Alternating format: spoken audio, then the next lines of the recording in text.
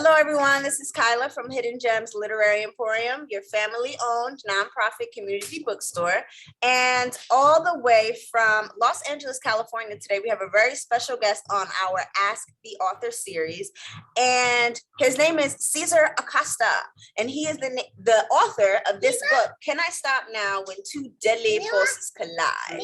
And so we want to begin by thanking you, Mr. Acosta, for your time today and for sharing some information about your book. Well, it is about two serial killers. One is male, one is female. And well, the female serial killer does go through her own trials, like very horrible situation, but she manages to get out of it.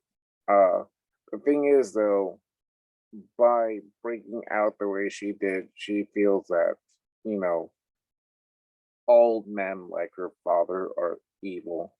So she starts going down her own path of, she thinks that she's doing justice when she sees these men, in common places, and she approaches them and sees what they're like. But I mean, she's already prejudged and they deserve to die, basically. So there's that.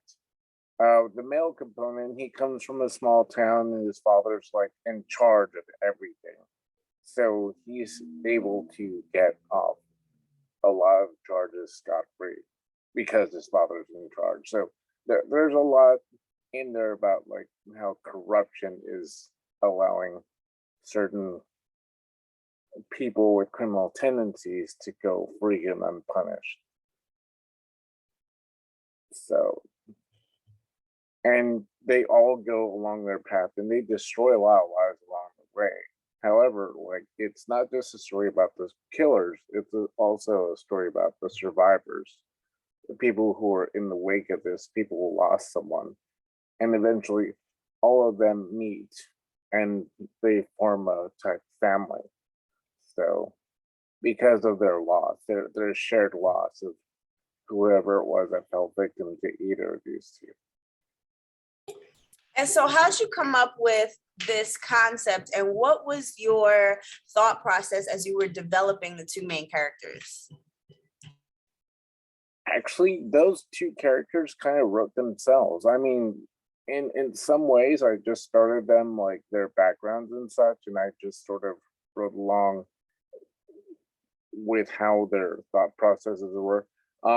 Beforehand, I had been writing a piece about serial crime, so I had done a lot of research into Eileen Wuornos, who's the I-95 killer. They made a movie about her like way back when. It was a Monster, and then the other one, the male, is based on Ted Bundy, with obvious, of course, changes to the background. But I'd gone into so much research on the subject of serial crime that I at one point wanted to do forensic psychology and maybe forensic psychiatry and see what more I could learn. However, forensic psychiatry that requires an MD, and there's no way I'm going down that hole. So I just decided to take what I know, and I was going to write a more academic piece, but there's a lot of shall we say hurdles to jump to get to that point. You have to know certain people who are influential to get your article or your piece published. Not just that, but you have to have a whole bunch of citations and several things in there, and APA, and just approved by certain organizations. I'm like, I have a life, so I'm going to go ahead and write a more like a fictional piece, and that's a lot easier to get out there than it would be an academic piece. And I just, like I said, the characters wrote themselves, particularly Mina Thorne. I call her Scarlet. She wrote herself. I mean, there are so many ways that she just kind of took off, and I wouldn't say went out of control, but she certainly did a lot more than I thought she would throughout the process of writing. And that's the thing about writing too. It's like when you take certain characters, a lot of the times they write themselves. You're just along for the ride. You're just like going there, and then you do this, and then she did this, and like some of the things she does are horrible, but it's like she's taking that path, and you kind of like have no choice but to ride along with her as she does all these things. As for the male one, having done so much research on Ted Bundy, I did kind of have to go into mode to write him because there are certain explicit details about how he engages and what he does. And for that, I needed to go into what do we call it? I had to go into a certain mode. I call it TED mode, which is basically like going into that killer mode. And the writing for him was kind of nightmarish. So after I was done writing, I had to go watch a family happy, fun, loving movie like I don't know, like Flubber or something, just to get my head out of there. Um, but these characters are so engaging that you will find yourself along with the ride, and whether or not you are into it determines on how much you will enjoy the book or how much it might terrify you when you get to those parts. So When you said that about the Ted Bundy getting into the role, it reminded me of, and my husband and I, we've been watching, well, last week we were watching Batman movies, and we were talking about the Joker and the villains and how actors have to really dive into the mindset and the personality of the character that they're playing, and how sometimes, it has any role has an impact on the actor. But when you said that, it reminded me of that, how as an actor, or I guess now even as a writer, you have to put yourself in the position of the character if the story is going to flow. And as you said, write itself pretty much. yeah, I mean, like I'm also like an actor on the side, so I know what it's like to like do also like to take a look at a script and to try to put myself into the role. You're not just playing the role; you are the role. So that's how that works. And like you can tell certain actors when they don't believe what they're doing, and like that's like bad acting right there. You're like, oh my god, what are you doing here? You're like really embarrassing me here. I kind of came to watch a movie, but I'm just watching you play yourself. And well, you put yourself into the role, but at the same time, you do have to sort of um give something to the role as well. There has to be some extra hint or signature that the role gives, and that's sort of what possesses you while you're doing that particular role. I mean, I think that's why they told Heath Ledger. I think he spoke to Jack Nicholson at one point about his role as the Joker, and Jack Nicholson told him, "Be really careful with that role because that's not, a, you know, that's not a trip into Wonderland. That's truly a trip into some terrifying depths, and you don't want to stay there too long." And that's kind of what happened to Heath Ledger. He sort of, I mean, he already had a few personal problems himself, but this sort of just exacerbated and made it kind of worse. So it's like you really do have to be careful with what you're doing. And I mean, like I said, writing for the male serial killer, that was kind of a harsh look into things. I think, like, let's see. And I think, like, I kind of sympathize with the female character so badly sometimes that, like, I think after I was done writing for her, I think I did, like, uh, how do you say, had a good cry, because it was that intense. So there are some times when you have to be really mindful of how deep you're going into any of these characters and how much they can impact when you do get into it. Also know that their view of the world is not the only view of the world. You know, um, there's the victims' roles, and and their families, and how they take this loss, and how they're able to kind of, you know, I wouldn't say overcome, because that loss is so heavy and so prevalent in their lives, but they're able to actually take that pain and, you know, take strength out of it and be able to move forward. So I like that, how you included the perspectives of different parties involved, and how one person's actions affected themselves and also affected other people. And it's cool that you showed that dynamic and that difference. So I really appreciate that. I have a question. How did you come up with the title? that came from, I think you'll see that throughout the book there are songs that I actually wrote myself, but one of them is uh can I stop now? So I just sort of took the out of it and just, can I stop now? And actually that's a question both of those uh killers have to ask themselves: can I, or rather, do I want to? So, because I mean, there really is, for either of them, it's become more of a habit, an addiction kind of. So the question really is, can I stop now? Is it possible? Because I think once you engage in that sort of thing, it starts to darken your soul more and more. But after a while, you don't care. You're just out there doing these terrible things, and that's what fills you, instead of whatever else should fill you: family, life, fun, friends, any of that. That no longer matters to someone like that. So, and I think too, when I was thinking about it, there was a, what was it?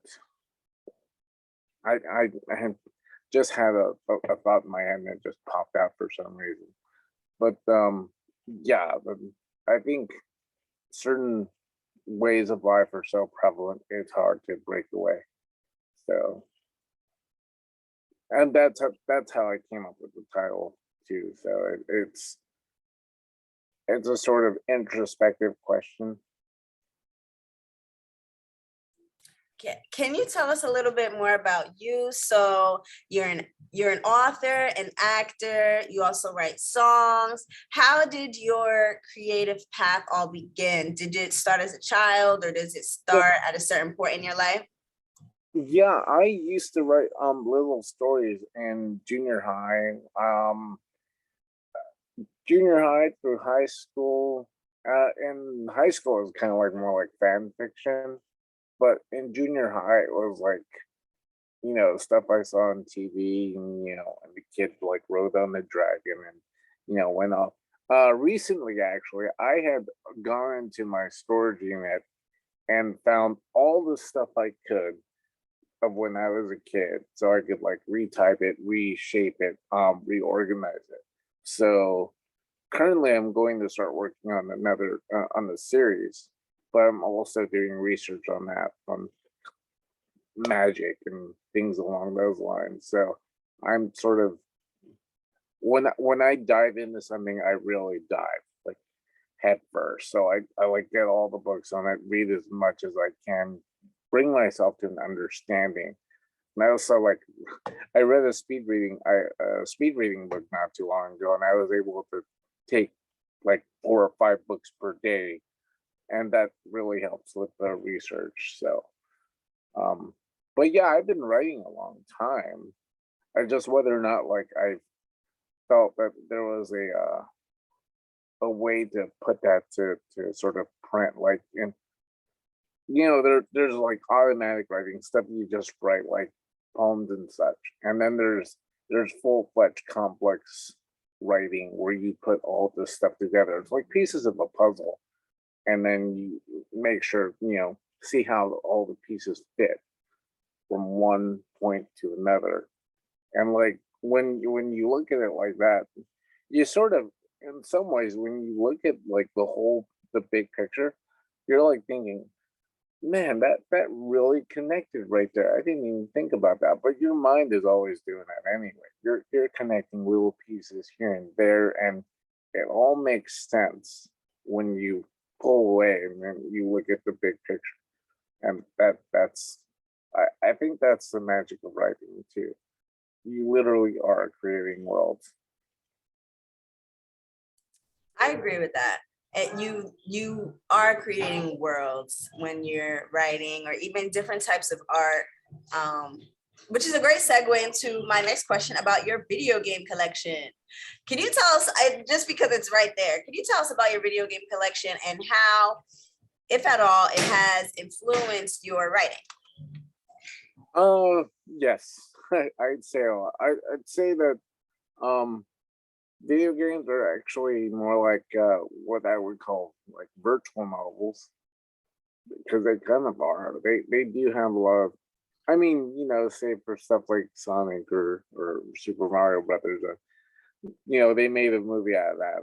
I'm not, Sonic's great, but Mario Brothers, oh wow, that's like my childhood. But I'm still like kind of like, you know, anyone asks, hey, who liked Mario Brothers when they were a kid? I'm like, "Me." But it was okay for what it was. But I mean, it really is a way to, for me, it really does speak a sort of virtual literature. Everyone here, everyone here had their own story to tell, and they did it in a interactive medium that was that enabled the reader, in this case the player, to really dive into it, to become part of that world. I mean, I think that's why I like video games so much, because you are in the world and you're looking at everything from one perspective or another. So there's a lot to be said for how many stories are behind me.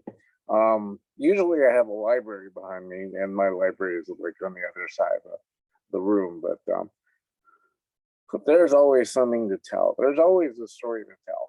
That's I guess the point.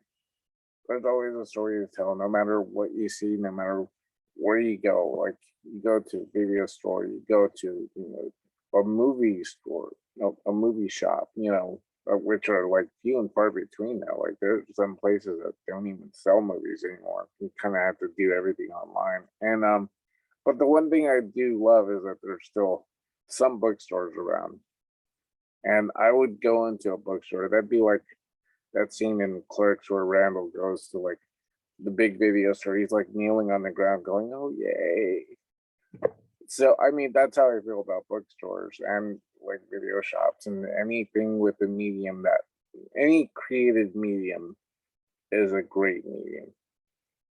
That's what I believe. I love that. Any creative medium is a great medium. I really like that. Thank you for your time. And I have a couple more questions. Sure. What is the next projects for you? So we have this book, Can I Stop Now, which is available here at Hidden Gems Literary Emporium. And so what's next on your list? Oh, like I said, I've been working on a story about angels. And the literature that's involved with that is stuff like, some esoteric literature, like books on magic, like really ancient magic, like, and then mythologies. I've been collecting a lot of mythologies, Mesopotamian mythology, Babylonian, things along those lines.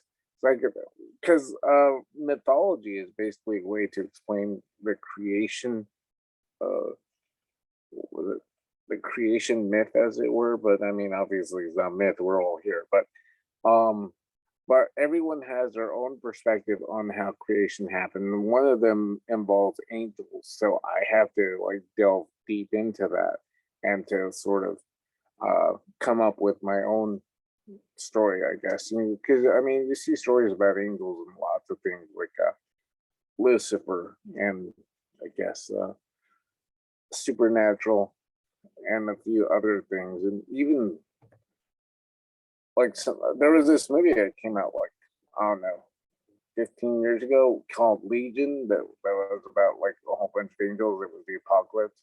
So I wanted to write my own story about angels and to like, and I already have the outline set up. I know exactly what I want to happen in each chapter, but you know, uh, I get the feeling that once I get started working on the full-fledged outline, like chapter by chapter, a lot of those characters are probably going to end up writing themselves, and it will probably be like, I don't know, a couple miles away from where I started. So, you know, but that series is kind of set up, ready to go. It's just a matter of writing. So. And what's the best place for readers and people to connect with you online? Or maybe they want to ask you a question or leave a review for you. How can people connect with you? I am on Facebook and Twitter. I do have Twitter. You can just look me up, Cesar Acosta 2000 at Twitter. But I mean, I'll probably have to come up with a commercial Twitter account, so I'll see how that happens. But yeah, any questions, just tweet. I'm on Twitter. I mean, I have a couple of followers or whatever, but I get on there from time to time. I actually check Twitter every day, so yeah, I'll see it. I'll see the questions. Okay. So, and your Twitter is what again?